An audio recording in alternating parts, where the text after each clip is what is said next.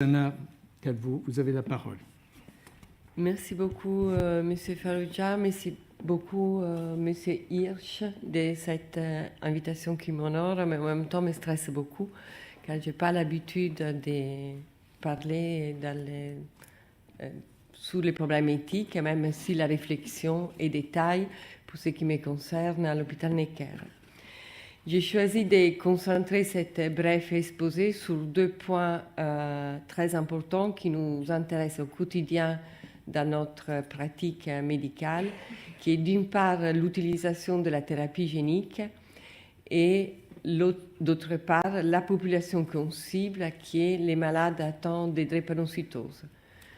Deux entités diamétralement opposées, la thérapie génique, un processus médical et scientifique de complexité telle que souvent les collègues pédiatres, hématologues, oncologues ne savent pas exactement de quoi il s'agit.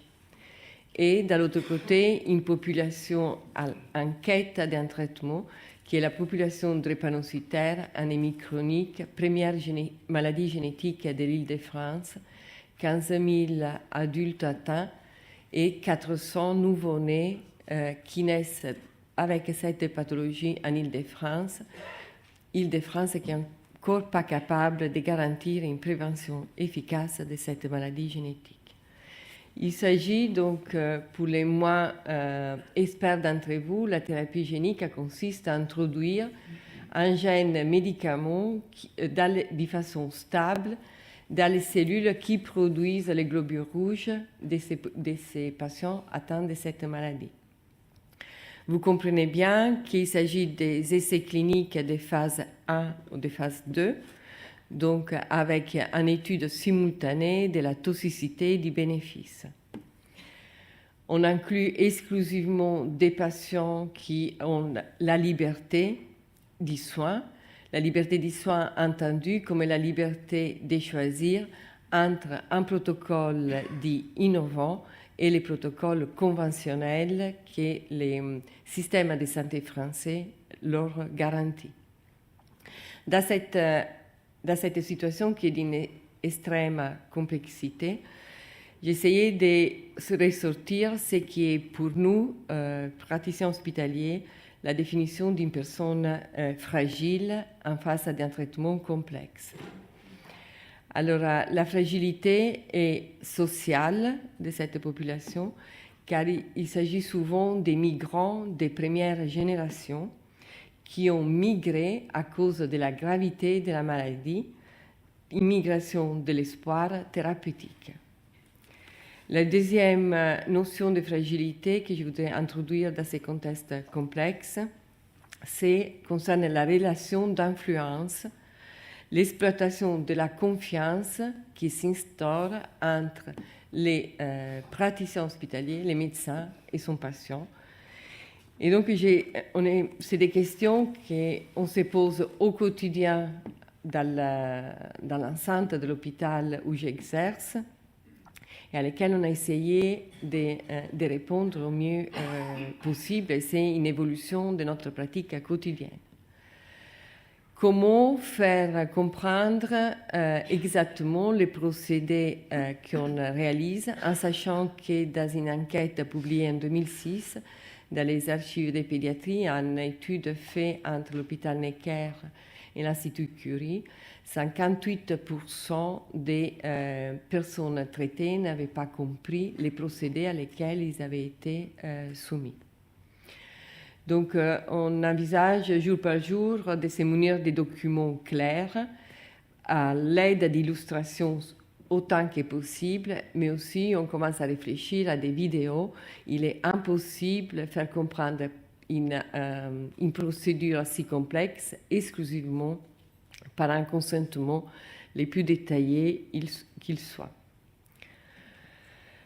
L'autre critère, c'est la liberté du consentement. Pour donner un consentement éclairé, il faut être en possession d'une liberté des choix.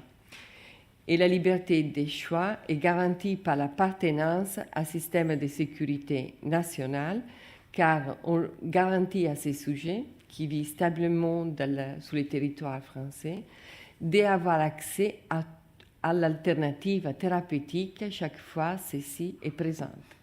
Sans choix d'alternative thérapeutique, on ne peut pas parler d'un consentement libre et éclairé.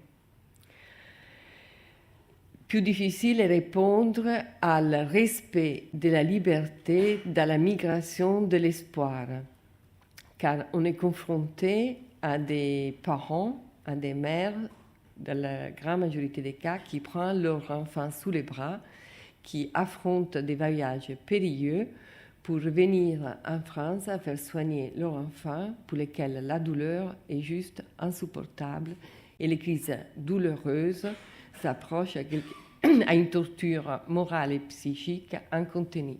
Ces mères, ces pères sont capables de tout et sont capables d'affronter un procédé compliqué si, au bout de la course, il y a un espoir thérapeutique. Plus facile affronter la réponse de l'exploitation de la confiance. Alors, chacun y répond de façon individuelle, en conscience avec ce qu'il pense le mieux de ce qu'il peut offrir aux patients. Et ce qu'on a instauré à l'hôpital Necker dans le cadre des essais thérapeutiques et des thérapies géniques, c'est la délivrance d'une information complexe en double, donc avec 2 praticiens, un qui est partie prenante de l'essai clinique, donc l'investigateur principal, et un deuxième confrère ou consoeur qui n'est pas partie prenante du projet, mais qui est le médecin traitant habituel du patient ou un médecin greffeur ou hématologiste qui va nous épauler dans la conduite de l'essai clinique, de façon qu'il y ait plusieurs oreilles et plusieurs bouches pour exprimer des concepts extrêmement difficiles. L'autre façon qu'on a choisie pour entourer des mesures les plus draconiennes pour essayer de respecter chacun, c'est la supervision éthique. Et c'est vrai qu'Hervé Schneeweiss nous a fait l'honneur de suivre dans une supervision externe les protocoles que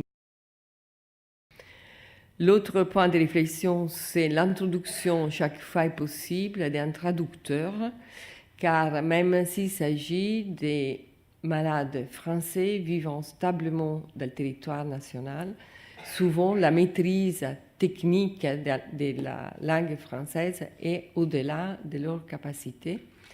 Et la présence d'un médiateur, d'un traducteur peut simplifier notre travail. J'ai dans la tête l'exemple d'une famille syrienne qui a reçu l'asile politique en France en fuyant la guerre. Et donc, la fille devait être traitée, la maman parlait très mal le français. Et la traduction était assurée par les frères qui, par contre, parlaient parfaitement la langue. L'autre problème dans le consentement, qu'est-ce qui reste dans la tête des patients, ça a été évoqué par l'introduction précédente, qu'est-ce qui reste ancré dans la tête et dans la conscience des patients à distance du traitement. Et surtout dans les cadres des protocoles complexes, comme peuvent être ceux de la thérapie génique. Il m'est arrivé de rappeler des patients pour lesquels la thérapie génique a donné un résultat décevant pour comprendre comment ils ont vécu cette aventure. Et je me suis rendu compte de l'importance de rappeler les patients à distance du protocole, car la réponse reçue était plus que décevant pour comment ils avaient accueilli l'information donnée. Voilà les points que je voulais partager avec vous de mon expérience. Merci beaucoup, madame.